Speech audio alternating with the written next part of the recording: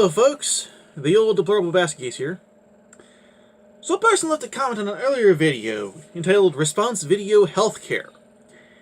And oh boy, it gives me a headache, and I want to share with you. I'm spiteful like that. The person says to me, "Hi, just seen this. I found the example the guy used of Cuba is fairly strange." Yeah, strange. I like that. Yeah, it was quite strange. I like to point out that most developed countries are not moving towards a market-controlled system, apart from the ones that are, because there are a lot that are moving toward a market-controlled system, like Greece, the Scandinavian countries, that are actually moving away from this much-vaunted universal healthcare system. They actually are. Instead, holding to the single-payer system. In most places, this is done through public funding to private provision.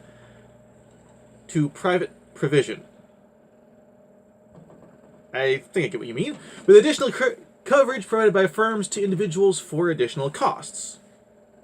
Yeah. Regarding the UK, the NHS is one of the only publicly funded and provided main healthcare services. Given that we invest less into it than most leading European countries and far less than the US, we still provide a very high quality service. Very debated point among people who deal with the NHS, seen in a reputable healthcare ranking system. To your point about people who be stuck in hospitals here for a long time, that is as a result of heavy cuts in the social care budget over the past 7 years. There are a lot of finger pointing over that thing. There are a lot of different people pointing fingers at a lot of different people. That is one specific interpretation, okay? Okay? As a result, not only have people been trapped in hospital and unable to receive support at home or in a care home, but now many more older and disabled people are forced to A&E due to not having received the proper social care in the first place. Which is terrible. It is really terrible that people are in that situation. I would argue that in the US, fewer people are in that situation. Maybe more people as a flat number because the US has a bigger population, but at least as a percentage of the population, there are a lot fewer people in the US who are in that situation, which is a bad situation to be in. Also, there's a lot more wrong with the National Hangover Service, as it's been called for several decades, than just people being stuck in hospitals. Getting into a hospital is also a big deal, okay? There are people stuck waiting for quote-unquote routine surgeries, waiting months, literally months, beyond the legally mandated maximum waiting time. Okay, there's a lot that's wrong with the NHS, and it's been developing over decades. This is not something that's come about because of budget cuts in the past some number of years. This has been building up for a long time, just like the disaster that's building up. Just like problems have been building up in the, again, much vaunted healthcare system in the Nordic countries. And in Greece, okay? Greece, remember Greece? The huge thing going on in Greece? Their national healthcare system was a big part of that going down. And now they're moving toward a market-controlled system. Look at that! They're moving away from universal healthcare and toward a more market-controlled system. Okay? No? Is my point clear? I hope it is.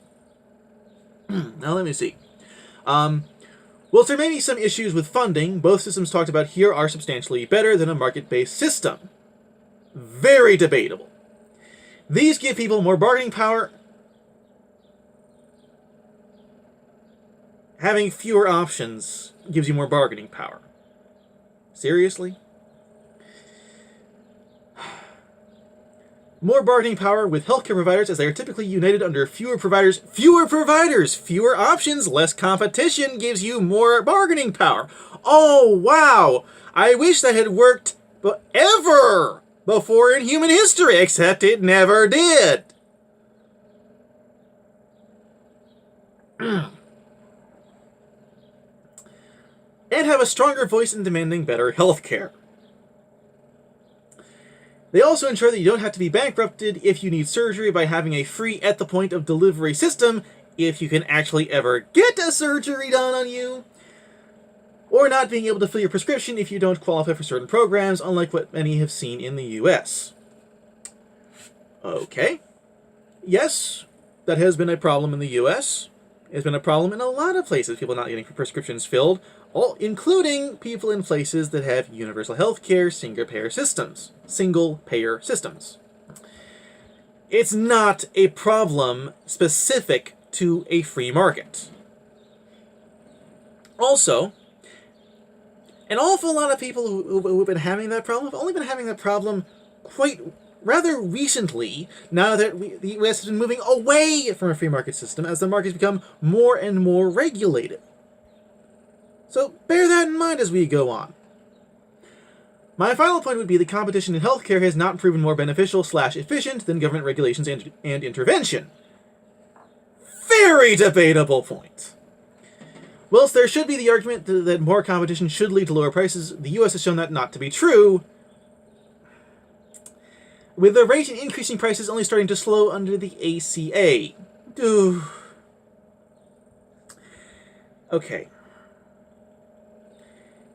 The vast majority of people who have seen the price of their healthcare affected by Obamacare have seen the price of their healthcare go up. There are people who have seen the price of their healthcare decrease under Obamacare. Those people are a minority. Also, the whole thing about healthcare going up in the US, the price of healthcare going up, firstly, like I just said before, prices have been... The healthcare market in the US has become more regulated, has become less free. And as it became less free, prices went up. The cost of healthcare went up because of more regulation, because of moving away from a free market, because of the removal of competition. To be clear, removal of competition does not make the price of providing healthcare go up. It makes the price of people getting healthcare go up. Even if this were the case, it is. Unfortunately, a race to the bottom is not actually a good idea. You can't just...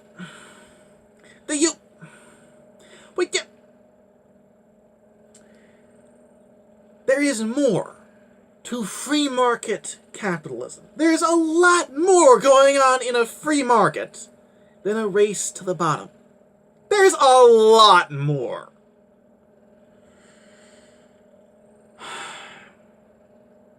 Price discrimination leads to cuts in costs having to be made somewhere, as the main objective is a profit and not health outcomes.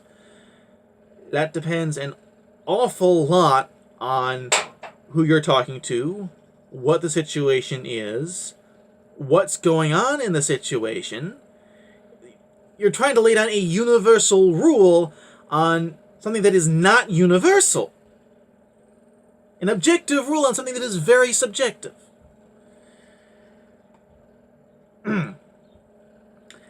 As we've seen in most companies, this will mean cheaper input costs. Okay. Will you please comment below this video and provide examples? What are most companies? What are not most companies? Which are the minority companies? Okay? Please make an argument, because without some kind of data, this is not an argument, this is hyperbole. The medicine use, staff pay, etc. Fortunately, with strong laws, we could prevent medicines which would be less useful. Less useful is putting it lightly. That again, that is a very subjective thing, depending an awful lot on the specific situation. Who's passing the laws? Are the people passing the laws financially connected with these companies that we are talking about? That's a big issue. You're trying to put an objective rule on a subjective thing. It doesn't work. However, we'd be likely to see lower paid staff working more part-time shifts, which would lower their pay and decrease morale. Silent e-counts? Okay. I'm a writer. My issue, not yours. Never mind. Don't worry. Okay, again. very subjective thing. It depends an awful lot on the situation that this company is working in. If you have a healthy market, then you're likely to see a healthy job market, because they need to pay more money to keep the qualified people to work. You say, just a moment, what was it? A demoralized healthcare worker is not good. Yes, excuse me, that is absolutely true. A demoralized healthcare worker is not good for anybody. And a demoralized healthcare worker is not good for the company they work for either. So a lot of companies will go to a lot of effort to make sure that their workers are well motivated by paying them well, not making them work under horrible conditions, and providing a good service. To see what a market-based system does, look at the U.S. system, paying the most due to exploitative companies. Again, we're paying more since the market is not free. Okay? I was staying with my sister, and she was in New Jersey. It was back in 2007, and there was this thing going on. The government of New Jersey had recently passed new regulations on certain types of surgery. And these new regulations drove people out of business, drove people out of the state, until there was literally one doctor in all of New Jersey who is legally qualified to provide that service. And fewer options. It means the people dealing with this person have more bargaining power. I'm sorry, that mockery was not quite called for. I apologize. Where was I? Yet being one of the worst in the developed world for care and outcomes. I'd definitely like to see the data you have on that. Having an incredibly high infant mortality rate, compared to what countries? Compared to countries in Europe that have a birth rate that has dropped so low that huge swaths of Europe are literally depopulated? Of course we have more infants dying. We have more infants! Leaving many unable to fill their prescription, even under ACA, which did not help. Before ACA, the problem was even worse. No, it wasn't. Having many people, not the poorest, but those just about managing to get by, being stuck in a bad healthcare plan as they can't afford anything else. ACA removed competition, okay? ACA made it impossible for a lot of companies to operate. After Obamacare has been here for 8 years, in a lot of counties there's literally one healthcare provider. One. Singular. With a monopoly on providing health care to everybody within that area. Monopolies do not make anything better.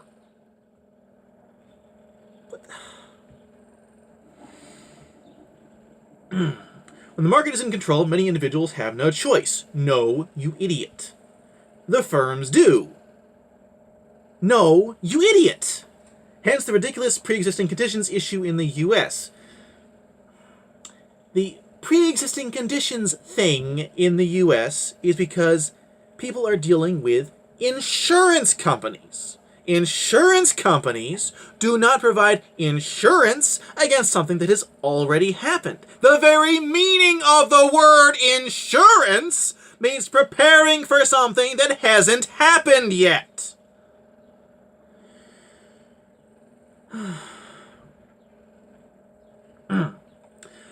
Strong regulation is needed for individual choice. No, it's not. More government control does not increase personal choice. Strong government control does not increase freedom. The market can play an important role. Yes, it always does. However, having the government represent a large amount of people, giving them a voice? What the fuck are you talking about? Is more important. The market should, when it comes to the individual, take pressure away from the national system by allowing those who can afford it to purchase separate coverage, therefore not in competition. You can't just... the word competition! If a private company is drawing people away from a national service, from the national government's service, they are by definition in competition. Seriously. Now where was I? BTW, sorry for a really long comment. I'm a health economic master's student. Got carried away when talking about this kind of stuff. Don't apologize. Really, this is wonderful. It's great to be talking about this with someone who feels passionate about this. You know, this is a kind of debate that should happen. People should talk long. People should get into details. Although I would really like if we got a little more into detail, dude. You know, make longer comments even.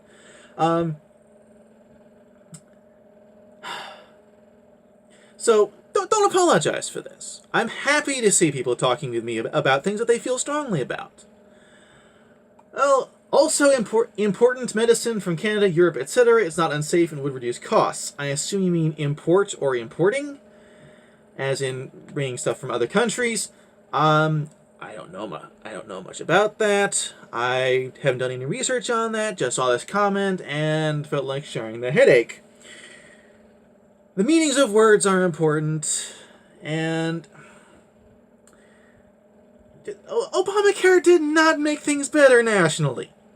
In some cases, yes, Obamacare did make things better for some people. But that's all. Thank you for commenting. Again, thank you very much. I appreciate all the feedback I get. I don't always reply to every comment I get, but I read every comment I get, and I do appreciate them all. Thank you for talking about something that you feel so strongly about. I do appreciate it. I do like to talk with people about things that they're passionate about. That's important. And everyone who's seeing this, thanks for watching. Please like, comment, share, subscribe. Have a good day, and God bless.